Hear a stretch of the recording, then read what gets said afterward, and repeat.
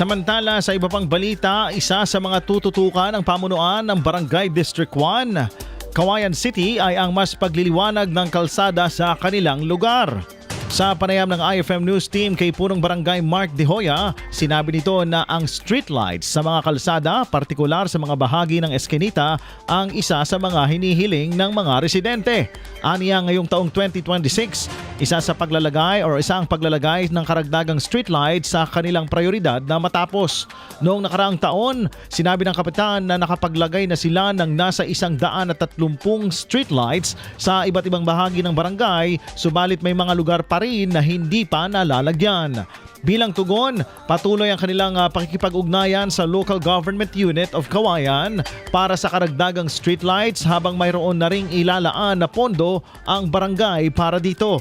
Naniniwala ang kapitan na oras na mas magliwanag ang mga kalsada sa District 1, makatutulong ito upang maagapan at mabawasan rin ang anumang insidente at posibleng pagsasagawa ng kriminal na aktibidad.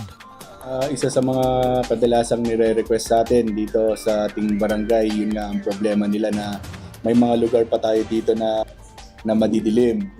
At yun nga, naipag-ugnayan na din tayo sa city tungkol dyan. Meron silang mga nakaalat na ilaw na ilalagay dito sa atin at meron din tayong budgeted ngayong taon na magdadagdag pa tayo ng mga solar lights sa mga inner parts ng ating mga purok para kahit sa looban mismo magkakaroon na sila ng liwanag paggabi. Yan ang naging pahayag ni Punong Barangay Mark De Hoya. IFM News.